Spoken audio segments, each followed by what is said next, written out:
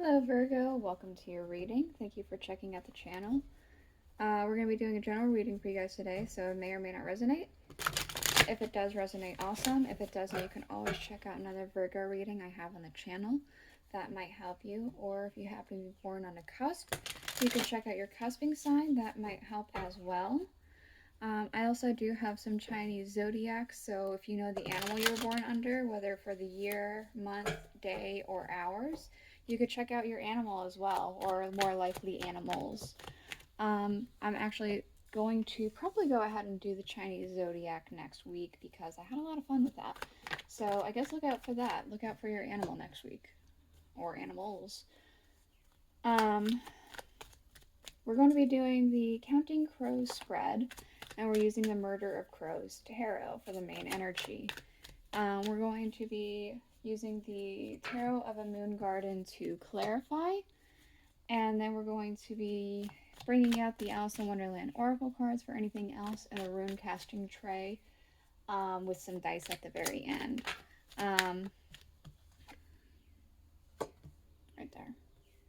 So we're following the rhyme, or the little saying, nursery rhyme, whatever the heck this thing originally came from. It's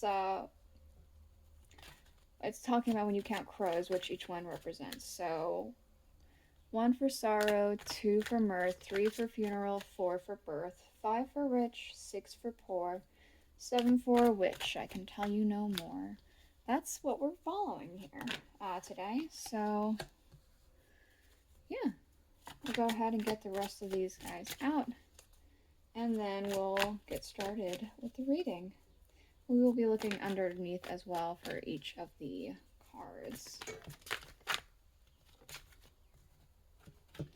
And one more. This one. Okay. Put that down. We have the King of Wands underneath. So I feel like there's somebody, maybe there's somebody around you who's lighting a fire under your ass for something. Telling you need to do something. Or somebody's going to be coming in to support you if they have yet to already. Somebody might be currently supporting you with some sort of creative endeavor, being that it is a wand. We'll see. We'll see how that plays into your reading here. So, again, we're doing the Counting Crows. So 1 for sorrow. This is the challenge that you face. Let's see what you face. The 6 of Wands, victory. It's almost like victory is just on the other side of this fence here, and you can't quite figure out how to jump over it. Or you don't want to jump over it. It's almost like the idea of victory might be a bit scary. Like it'll change a lot of things. What is the 6 of Wands? Is it that they can't or they won't?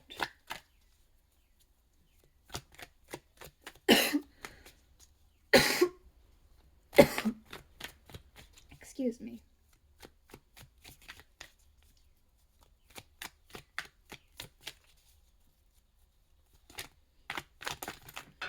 Oh, okay. The Magician. The Star. The Knight of Staffs. The Page of Staffs. It's not that you won't. I don't usually take this many, but they all seem to be saying the same thing here. It's that you have made this happen. You already acted upon this to make it happen. This is everything you've wanted. You're manifesting it. Everything that is this victory, I want to say that it's going to be here. It's like it's here, but it almost feels like it's just out of reach. So it feels like it's not here at all. It feels like it's never going to come here for you. And that's the challenge you face, but it does feel like that it is just over the fence. You just need to, it's almost like you just need to get your horse to back up and jump over it. Jump over this fence. Okay, well, 2 for mirth, what you can gain by facing this challenge. The 3 of Wands. A lot of wands. With the Crow deck so far, only wands. What you can gain by facing this challenge. What with the Crow coming in, it makes me think like news is coming in. Expected news, since he's been waiting and staring up at that crow. It's like expected news. You're expecting something? The 4 of Pentacles. Something you've been working very hard at. You have a very solid footing here.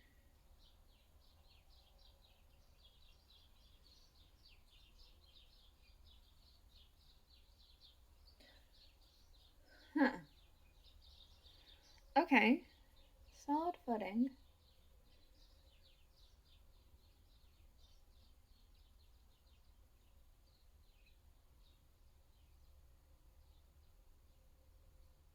I always want to say that something's just within grasp, and then it will be within grasp. You'll be grasping it. We can see here that the crow's coming in, but then in the 4 of Pentacles here, he's holding onto all of these pentacles. He's grasping them. Alright, 3 for funeral. What's leaving? Death.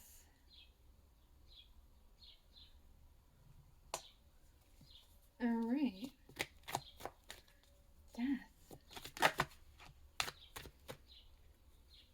Strength. Okay, what's leaving is the constant need to, it's almost like you're constantly holding on and waiting for like the next big thing to like hit you in the face, so the next big disaster, the next big thing that you're gonna have to hold strong and true for once again. But that energy is leaving you. There's no more waiting for the next big horrible thing to come through. That's leaving. 4 from Earth. 6 of Swords. Moving forward. You're moving towards the destination you're wanting to go to. 6 of Swords. The King of Swords.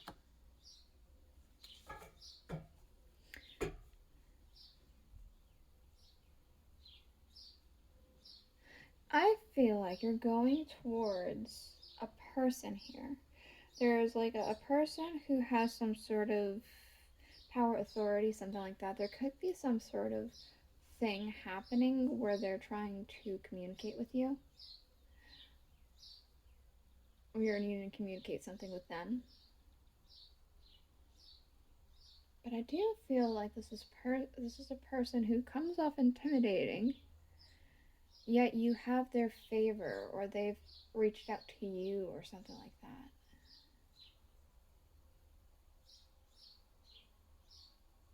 Interesting. Okay. 5 for rich. What's working in your favor? The 3 of Swords.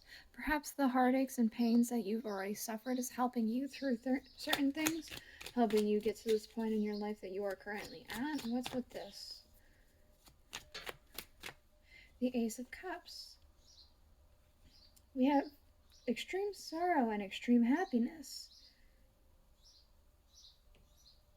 Perhaps you're an actor, or you write stories, and so you've been waiting for a big break, or like a book company to kind of pick you up here.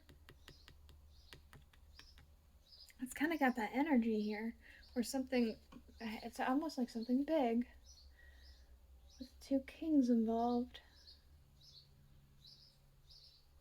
And it's through your sorrows and your joys that you're able to get this through when you are acting or writing or whatever it is that you're doing here. Could be that this is just stuff that helps you anyway, maybe turning a bad situation to a more positive situation. 6 for poor, what's working against you? The 4 of Swords and the 7 of Cups.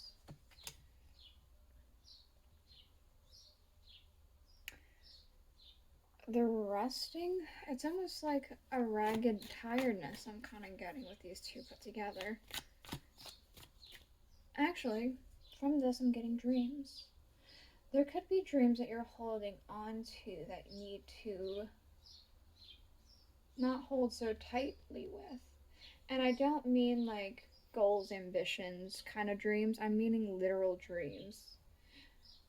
I'm getting a sense what with the rest and then the Seven of Cups, the cups being about like fantasy thinking, there are dreams that you've had that you think hold a very significant amount of value.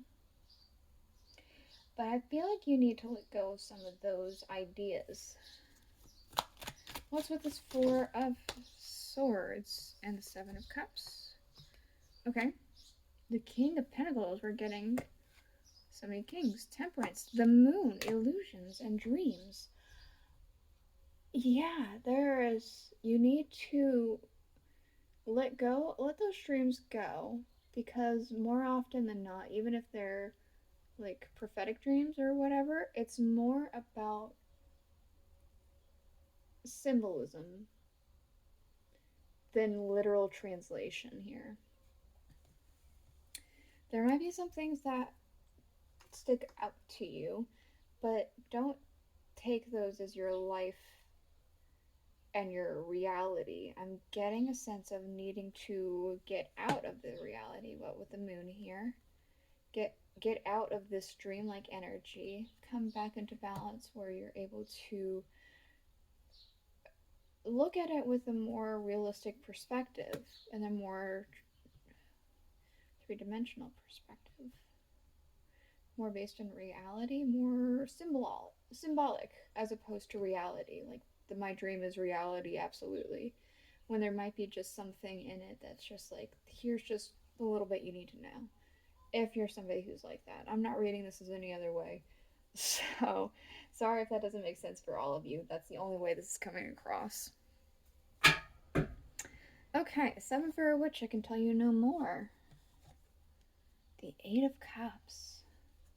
The needed change for a transformation to occur. You need to walk away from something.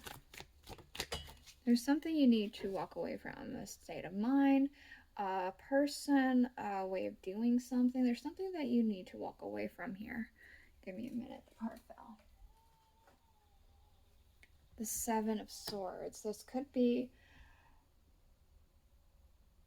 I'm getting a sense of rumors here, like people who might be very gossipy, getting away from them, or getting away from wrapping up in things like that, getting wrapped up in perhaps some, as example, doomsday kind of things. So if you watch some people on YouTube or read some news stories or whatever, and it's all doom and gloom and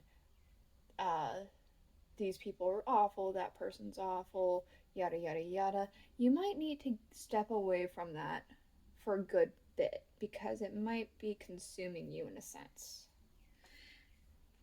The Knight of Pentacles. Okay, that only makes me feel stronger about this King of Wands wanting to help you out here. An offer. Maybe even a down payment for some reason I'm getting. What else for Virgo?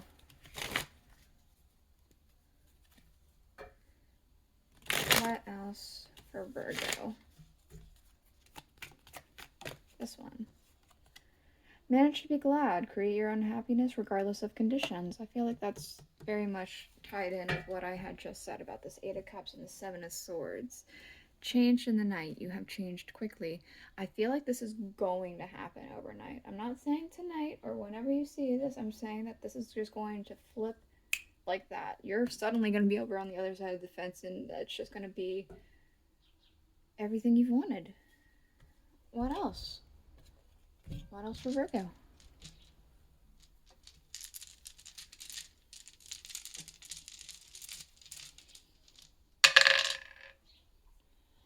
Okay. There's definitely going to be somebody coming in with some kind of a message here for you. And it's going to be a message of stability here. And I feel like what's approaching you is a new beginning, a new sense of um, wealth and experience, family, even. It's just feels very abundant. But I do feel as though this message is coming for you very, very soon.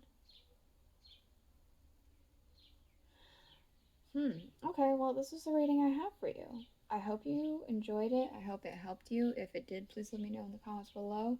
And I'll see you guys all next week. Bye.